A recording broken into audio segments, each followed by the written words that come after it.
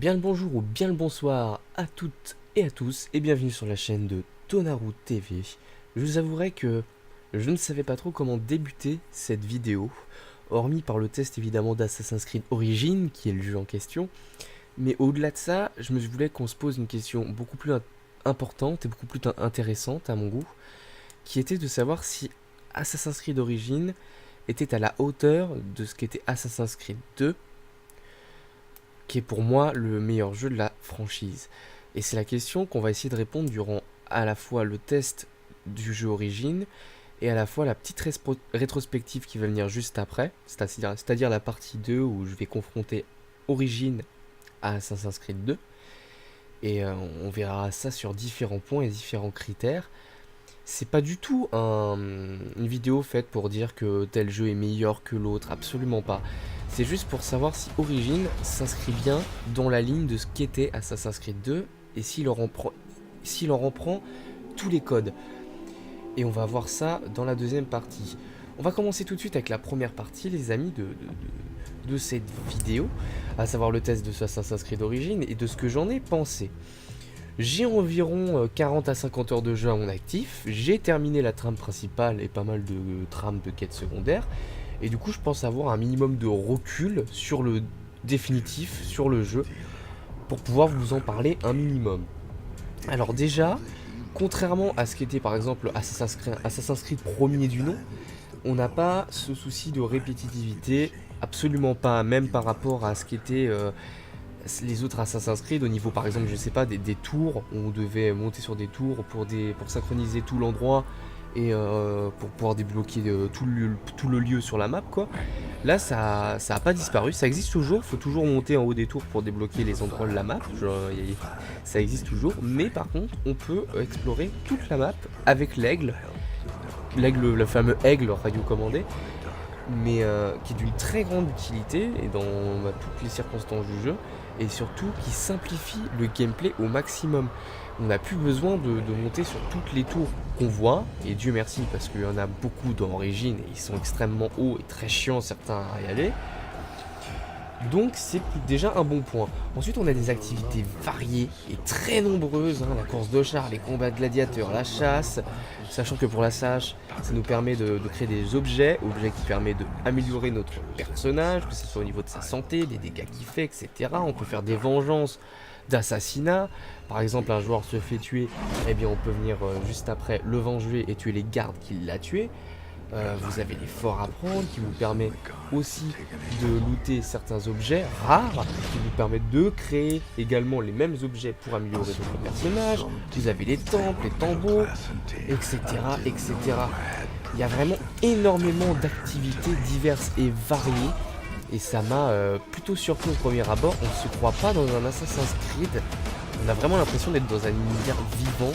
Je me souviens par exemple de Assassin's Creed 3 ou 4 où les ennemis, après je parlerai du système de combat parce que c'est aussi en rapport, mais par exemple les ennemis s'enchaînaient, ils venaient à la queue leu un par un, se faire décapiter devant vous quoi.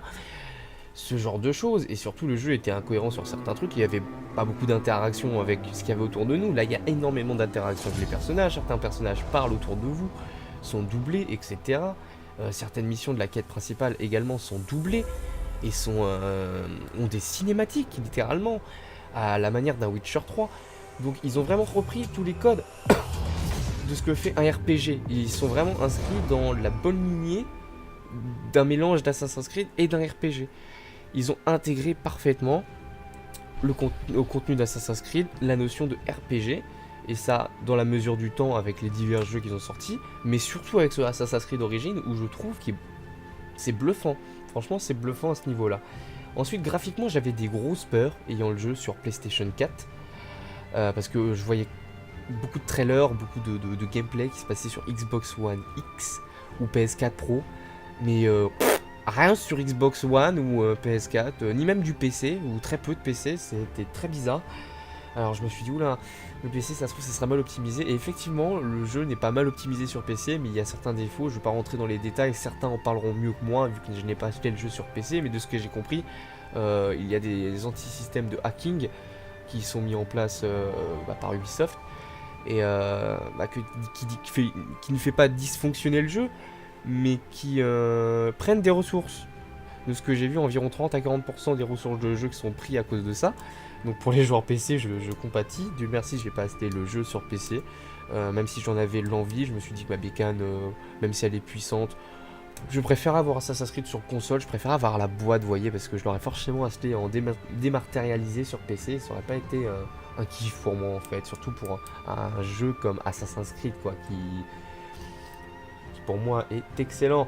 Oui, parce que pour moi, Assassin's Creed Origins est excellent, hein. On va pas passer par 4 chemins, il y a des milliers de tests du jeu qui tournent sur internet, le jeu est très bon, il n'y a pas à lésiner. Et du coup, j'avais très peur de ce que ça allait donner sur PlayStation 4, vu que je ne savais pas ce que ça allait donner. Et j'ai été agréablement surpris. Alors certes, vous avez des textures très moches, des trucs qui sont étalés, etc. Mais quand vous voyez la taille de la map, quand vous voyez la distance d'affichage, quoi, qui est juste énorme. Mais c'est énorme pour une PlayStation 4, une telle distance d'affichage. C'est génial, il y a très peu de clipping, très peu d'aliasing. Encore une fois, j'en ai pas beaucoup vu, hein. Ou alors, par exemple, dans les marécages, où vraiment, quand vous êtes en haut des grosses pyramides, ou de la pyramide de Gizeh, etc., et que vous voyez tout le paysage au loin, à ce moment-là, ouais, vous voyez un peu de clipping, un peu d'aliasing, les textures sont moches par endroits, etc. Oui, oui, mais le jeu est jouable, le jeu est fluide.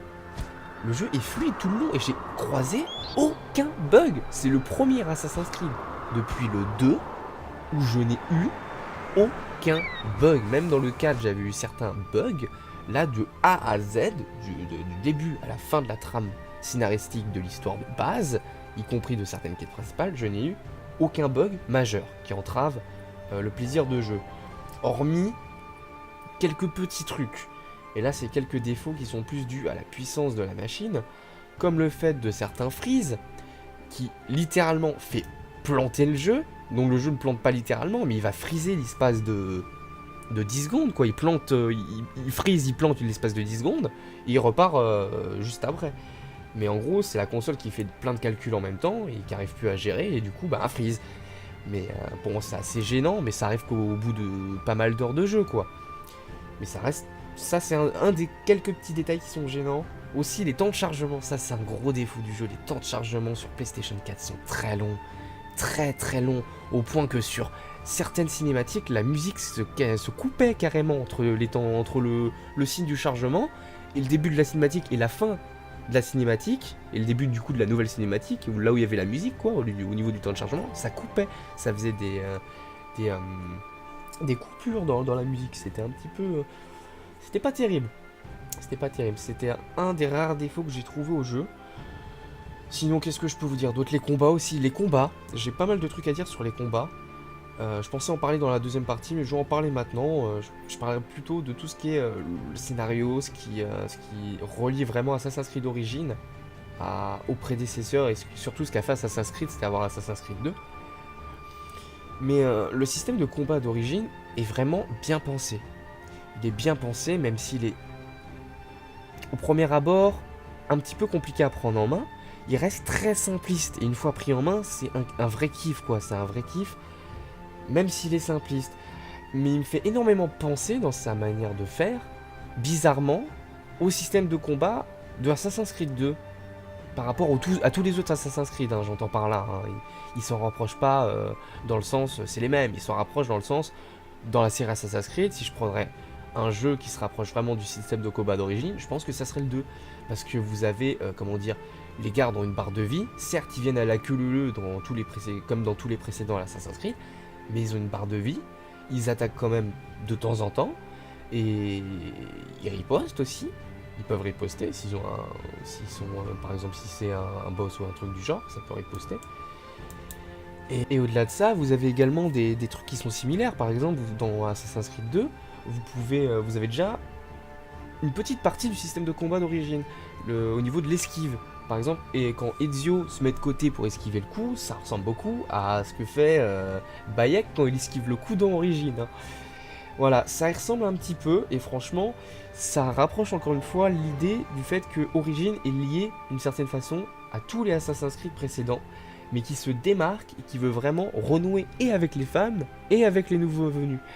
Ça me fait un peu penser à ce qu'ils ont fait avec le coup marketing de Final Fantasy XV, avec le film et tout, en disant que c'était un Final Fantasy fait pour les fans et les nouveaux venus, c'est un petit peu ça.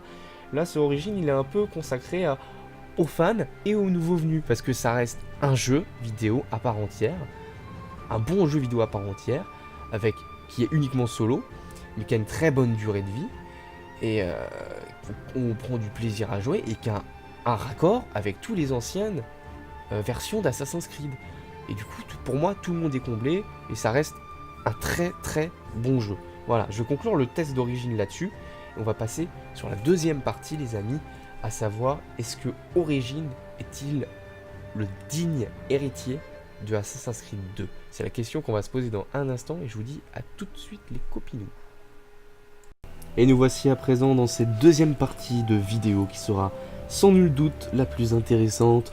Nous allons comparer et débattre également dans les commentaires sur les deux jeux en question. Nous allons les comparer, leur ambiance, leur activité, leur scénario, ainsi que plus globalement l'essence de ces deux jeux, afin de répondre plus sérieusement à la question posée, à savoir Assassin's Creed Origins est-il le digne successeur scénaristiquement parlant et au niveau de l'expérience de jeu vécue par le joueur? Se hisse-t-il au même niveau que Assassin's Creed 2? On va voir ça maintenant en plusieurs points, les copinous.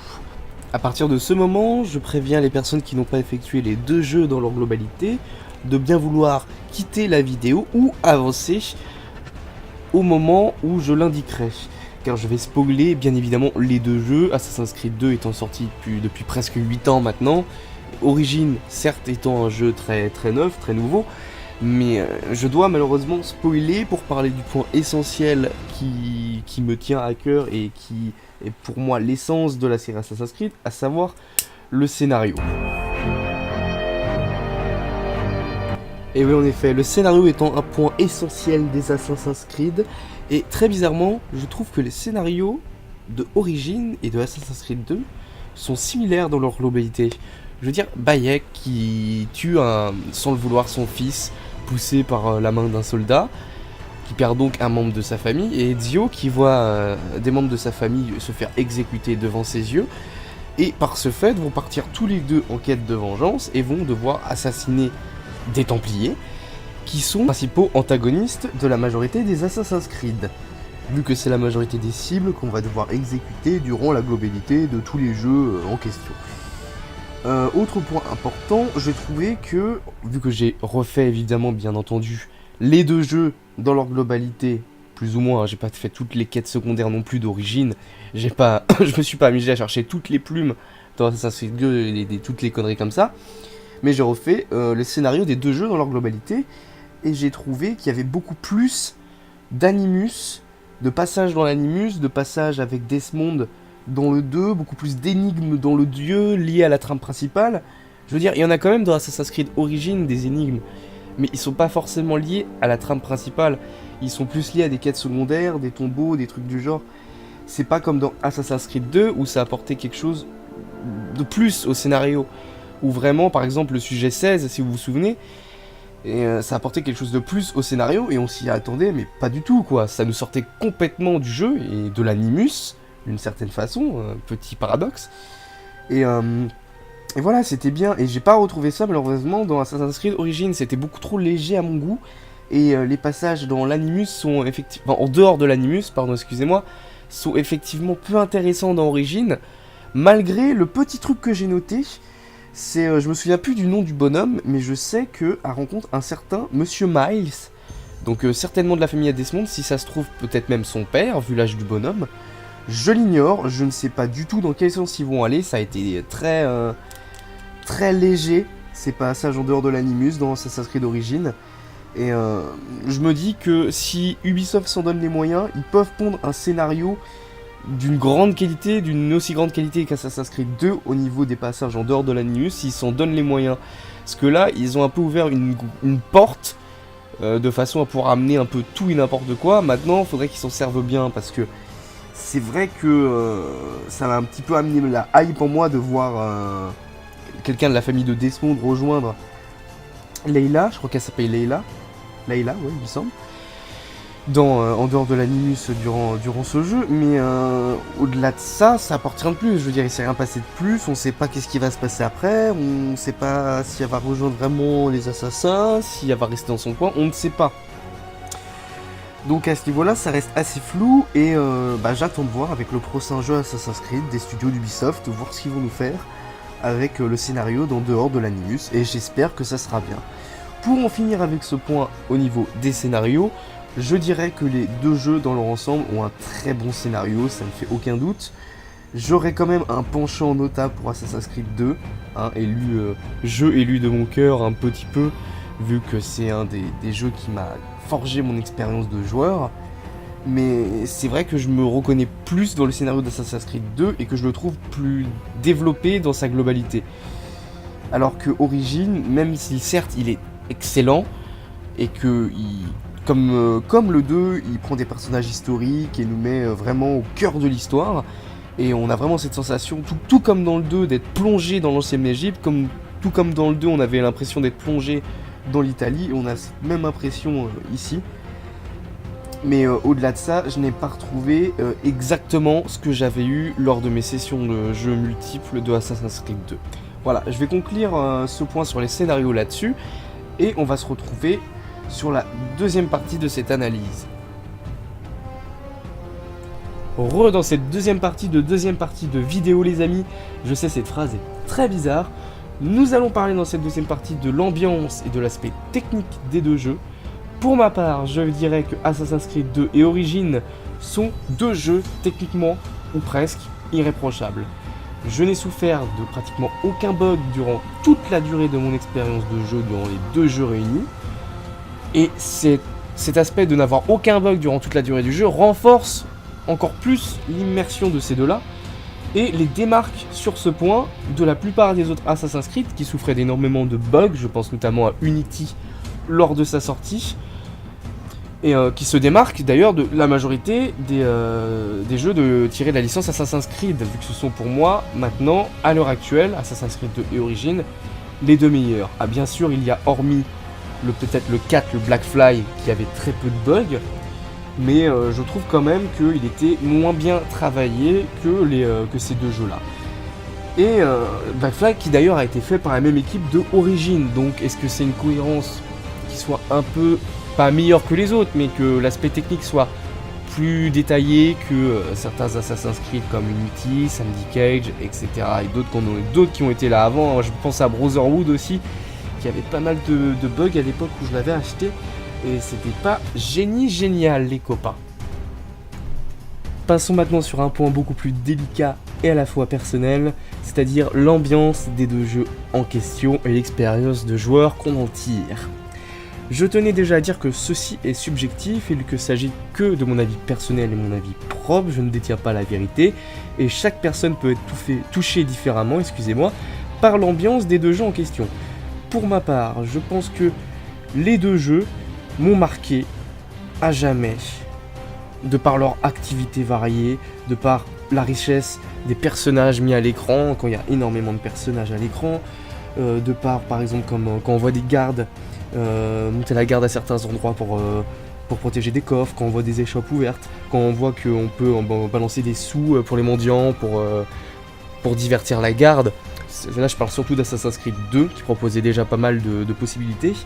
Je parle aussi des mercenaires qu'on pouvait recruter pour défoncer les gardes en même temps qu'on combattait. On pouvait recruter des prostituées qui faisaient diversion auprès des gardes pendant qu'on pouvait passer par exemple à un autre endroit.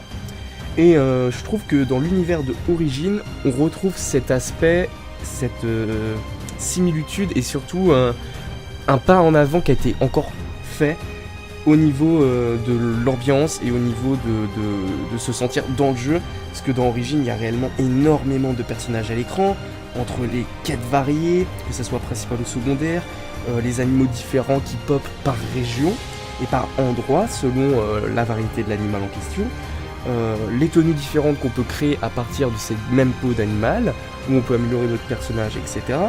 Les paysages, tous les bâtiments. Enfin, le jeu est magnifique et surtout le jeu est immersif au possible. C'est la première fois depuis le 2 où j'ai été autant immergé dans un Assassin's Creed. Et en ce sens, on se sent vraiment en Égypte, comme dans le 2 où on se sentait vraiment en Italie. Là, on se sent vraiment en Égypte dans Origins. Et c'est un petit peu ça, Assassin's Creed 2 et Assassin's Creed Origins. Pour moi, c'est pas une question de bien ou moins bon jeu, c'est plutôt une question de pied d'égalité. Et j'ai l'impression maintenant que Ubisoft sont arrivés à un niveau en fait où ils sont revenus un petit peu où est-ce qu'ils étaient quand ils étaient au niveau du 2, c'est-à-dire qu'ils ont un scénario construit, le jeu est bon, le jeu a des très bons aspects, le jeu a un scénario construit, mais à côté de ça, on sait pas vraiment dans quelle direction ils veulent aller après. Et ça va peut-être faire peur à pas mal de joueurs, mais malgré cela, je pense que ce qui fait la quintessence, l'ambiance d'un Assassin's Creed, c'est sa sensation de nous faire voyager à travers l'histoire, le temps et les lieux. Et je pense que ça soit Origins ou Assassin's Creed 2, ils auront marqué mon expérience de joueur à jamais, de gamer à jamais, ainsi que beaucoup de personnes en ce monde, et ils font partie, selon moi, du paysage vidéoludique avec un grand A. Paysage vidéoludique avec un grand A, avec un grand L. Et je dirais que, sincèrement, il n'y a pas de jeu meilleur que l'autre. J'ai pas envie de faire une conclusion détaillée pour vous expliquer pourquoi. Est-ce qu'ils ont tous les deux des défauts certains, je veux dire Assassin's Creed 2 à... Je suis en train de chercher un défaut à Assassin's Creed 2, c'est assez compliqué. Si Assassin's Creed 2 est très peu maniable dans le fait avec ses sauts, etc. Dans ses mouvements de saut, etc. C'était très peu maniable à l'époque, malgré que c'était quand même assez cool. Mais ça nous est... Combien de fois ça vous est arrivé, me faites pas d'histoire, combien de fois ça vous est arrivé de vouloir sauter sur une autre tour en face de vous et tomber et vous ratamer comme une grosse merde. Bah moi ça m'est arrivé plein de fois dans le 2 et ça ne m'est jamais arrivé dans Origins parce que le système a été revu. Mais à côté de ça, par exemple, je trouve que le scénario en dehors de l'Animus au niveau de Origins est moins bon que le scénario en dehors de l'Animus au niveau du 2. C'est des points négatifs et positifs qui pour moi ne font ni penser la balance ni pour l'un ni pour l'autre. Et je dirais que les deux jeux sont à faire. Si vous aimez les Assassin's Creed ou si vous ne connaissez pas du tout cet univers, eh bien allez-y, faites les jeux, faites-vous plaisir. C'est des jeux faits pour découvrir l'histoire, découvrir aussi des lieux et à certaines époques précises du temps. Et ça dans un contexte jeu vidéo.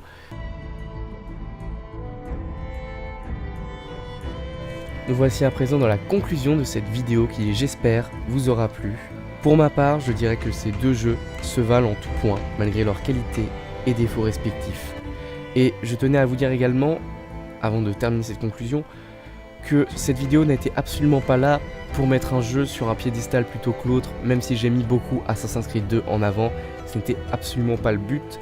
C'est plus une vidéo qui est faite un peu pour les fans, pour pouvoir débattre également dans les commentaires de ce que vous voulez, il n'y a aucun souci là-dessus. Et surtout pour pouvoir parler du dernier jeu de la franchise qui a été sorti, à savoir Origins.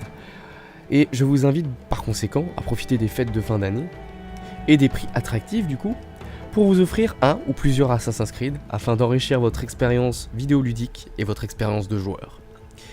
Et parce que ce Assassin's Creed en fait m'a marqué autant qu'un Assassin's Creed 2, j'aurais un message à faire transmettre à Ubisoft directement.